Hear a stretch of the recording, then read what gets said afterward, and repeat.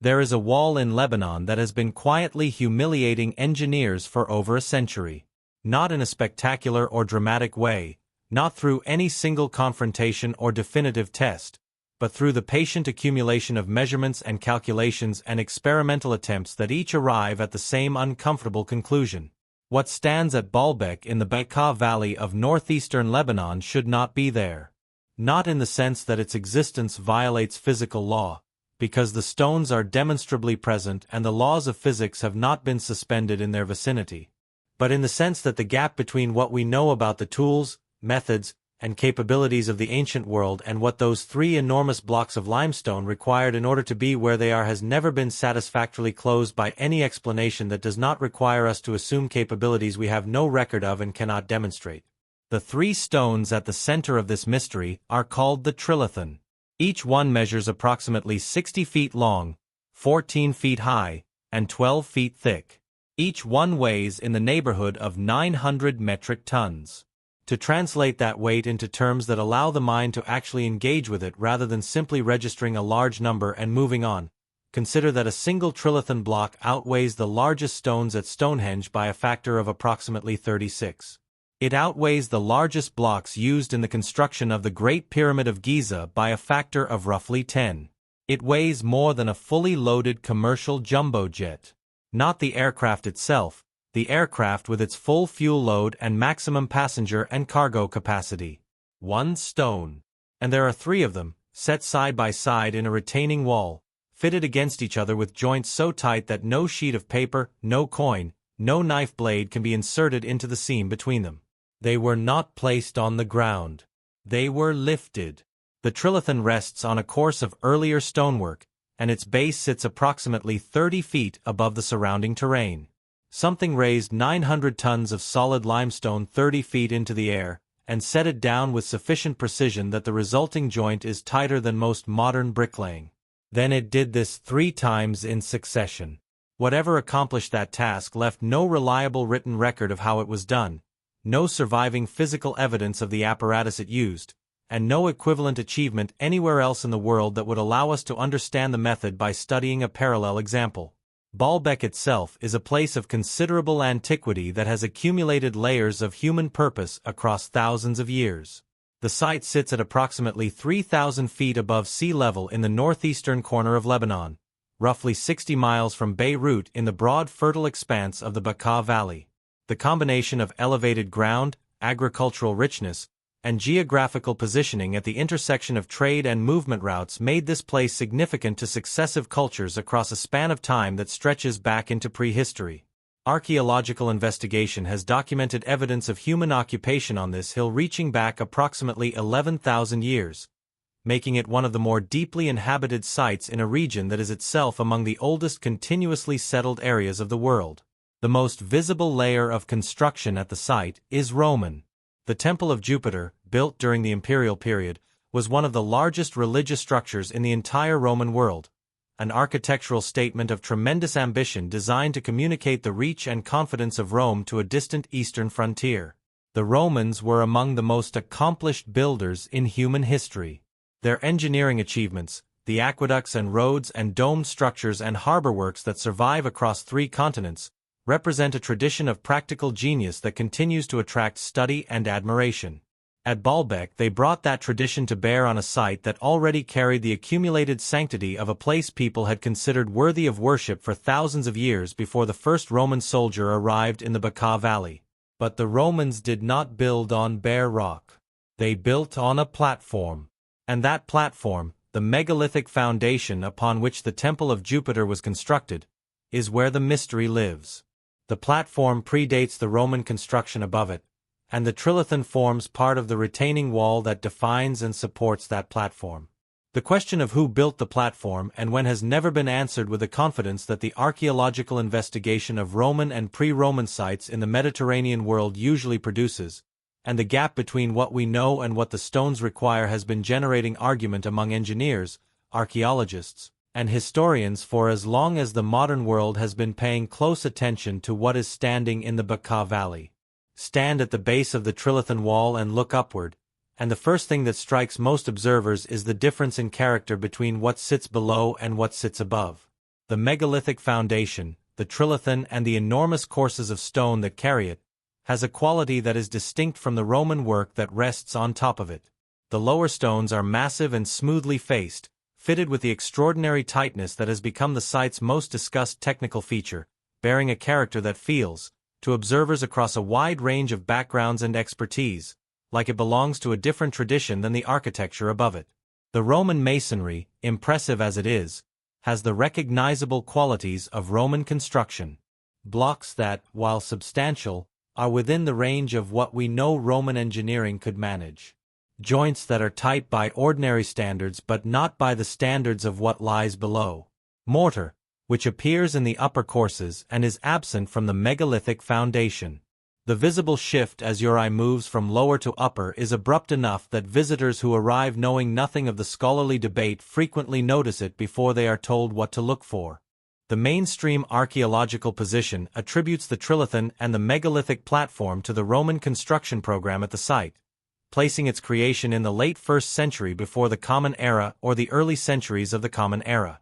This position is supported by the broader context of the building program, by quarry evidence in the surrounding area, and by the dating of the Roman temple complex as a whole.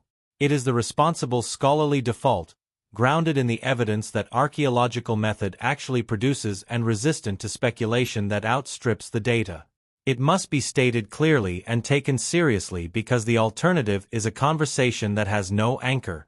But the mainstream position has a difficulty that its proponents generally acknowledge, which is that the trilithon blocks exceed by an enormous margin anything else the Romans are known to have moved and placed in the entire archaeological record of their civilization. Rome built extensively and ambitiously across 3 continents for centuries. The surviving evidence of what they moved and how they moved it is substantial. Their standard lifting mechanism, the Lewis iron and crane system, is well documented and physically attested at sites across the empire by the holes drilled into stone to receive the iron clamps. These holes appear consistently wherever Roman builders worked with heavy stone. At Baalbek they appear on the great columns of the temple above. The columns are themselves extraordinary achievements, single granite shafts brought from the quarries at Aswan in southern Egypt, floated across the Mediterranean and hauled inland over mountain terrain that rises to over 8,000 feet. Each one a monument to the organizational capacity of Roman imperial logistics. But the trilithon blocks do not bear the Lewis holes that Roman lifting technique would have required. The surfaces of those 900-ton stones carry no obvious sign of the standard Roman method for gripping and hoisting heavy material. This absence does not prove that Roman builders did not place them. Blocks of this size may have been moved and positioned using ramp and lever systems that would leave no such mark, and the absence of evidence for a technique is not the same as evidence of its absence. But it adds to the list of things about the trilithon that do not resolve neatly into the standard picture of Roman construction practice. The surface quality of the megalithic stones adds another dimension to the puzzle. The faces of the trilithon blocks and the other massive stones in the lower courses of the platform exhibit a smoothness and regularity that observers with experience in both ancient and modern stoneworking have found remarkable. Running a hand across these surfaces, researchers have noted a flatness that seems excessive for structural foundation work, a degree of precision in the dressing of the stone that served no practical purpose in blocks that were never intended to be visible architectural features. The stones form part of a retaining wall, a foundation. Their faces, once the platform was complete, would have been either buried or built against. Nobody climbing the steps to the Temple of Jupiter would ever see the joints of the trilithon. Nobody worshipping in the temple above would be impressed by the tightness of the seams in the foundation beneath their feet. Yet those seams are extraordinarily tight. The effort that produced them was real and significant. Stone dressing of this quality, sustained across surfaces this large, represents an investment of labor and skill that had no functional requirement in the context of a concealed foundation element. The Romans were practical builders who lavished precision where precision served the purpose of the structure and were willing to sacrifice it where it did not. Their visible architectural surfaces were carefully worked. Their hidden structural elements were worked to the standard the structure required, not beyond it. The trilithon appears to violate this logic. The care taken with these stones exceeds what the structure needed and what the purpose of the element would have justified. There are also the parallel striations that appear on the faces of some of the megalithic stones at Baalbek. These are long, even scoring marks that run across the stone in patterns that have the consistency of a guided tool rather than the variability of hand dressing. The marks have attracted significant attention from researchers who argue that they represent the signature of a cutting or dressing mechanism more sophisticated than the hand tools that the ancient world is supposed to have employed. The alternative interpretation, which is equally valid and must be fairly stated, is that parallel marks of this kind can be produced by ancient sawing techniques using abrasive slurries, by methodical hand dressing with consistent tools, and by various other period-appropriate methods. Regular marks do not automatically imply mechanized production. Ancient craftspeople were capable of extraordinary regularity when they were patient and skilled, and the builders of Baalbek were clearly both. What makes the striations worth continued attention is not that they prove a specific conclusion but that they share certain characteristics with marks found at other megalithic sites in widely separated geographical locations. Researchers who have studied the stonework at Yangshan Quarry in eastern China, where an unfinished monolith of approximately 16,000 tons remains partially attached to the bedrock, have noted surface treatments that bear a resemblance to what appears at Baalbek. Similar observations have been made at sites in Jordan and at other locations where very large stones were worked in the ancient period. If the same surface characteristics appear independently at sites separated by thousands of miles and apparently by very different cultural traditions, that pattern raises questions that a purely local explanation for each individual site does not fully address. The quarry that supplied the stone for Baalbek's megalithic platform lies approximately half a mile from the temple site, and it contains what may be the most extraordinary objects in the entire complex. Still lying where they were shaped, still partially attached to the bedrock from which they were being extracted, are stones that were never successfully moved. The stone of the pregnant woman, known by this name in local tradition, weighs over 1,000 tons. The stone of the south, lying in a neglected pit nearby, weighs approximately 1,300 tons. A third stone discovered in 2014 and sometimes called the Forgotten Stone is estimated at approximately 1,650 tons, making it the largest quarried block ever identified anywhere on Earth. These stones were not quarried by accident. They were shaped deliberately, worked to a specific form, presumably intended for specific positions in the structure being built on the hill above. Their surfaces bear the marks of intentional cutting. They are clearly unfinished projects, blocks that were in the process of being extracted from the bedrock when something interrupted the work. The interruption was permanent.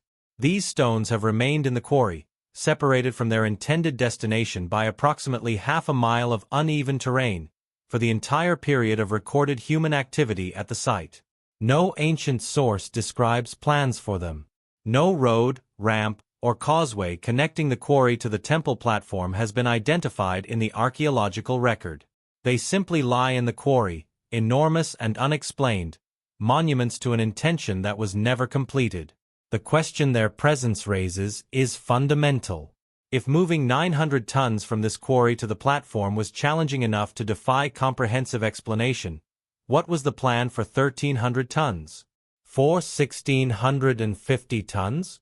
What mechanism, what technique, what organizational and engineering capacity was being brought to bear on the extraction and transport of stones at this scale?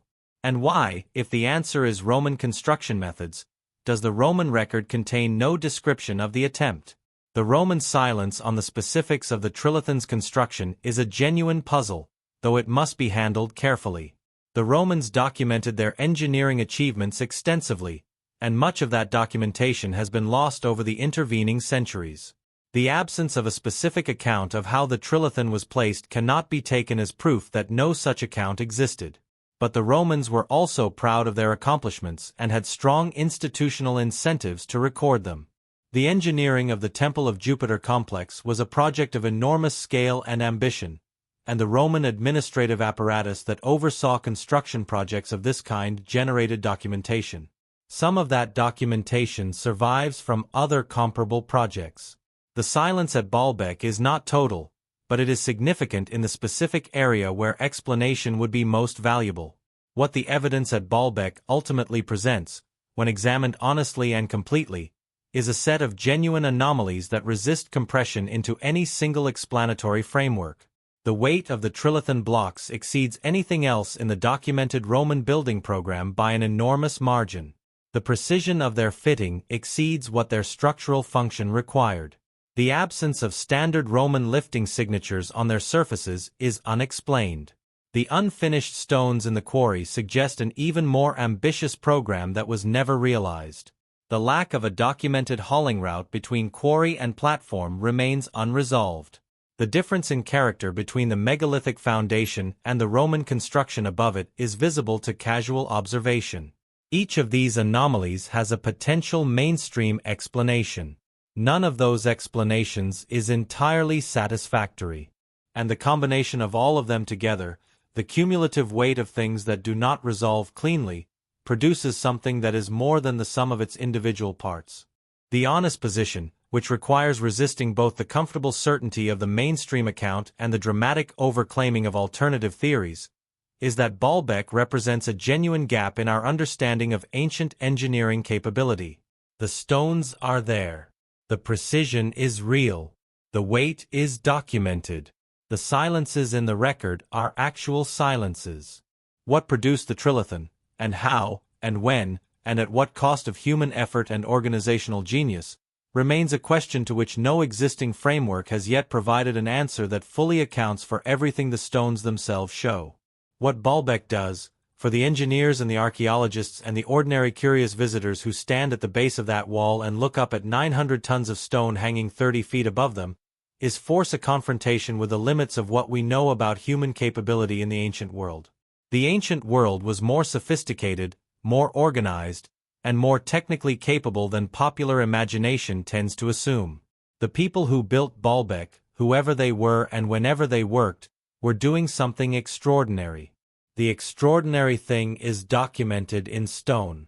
The explanation for how it was accomplished is not, at least not in any form that removes all the discomfort from the encounter.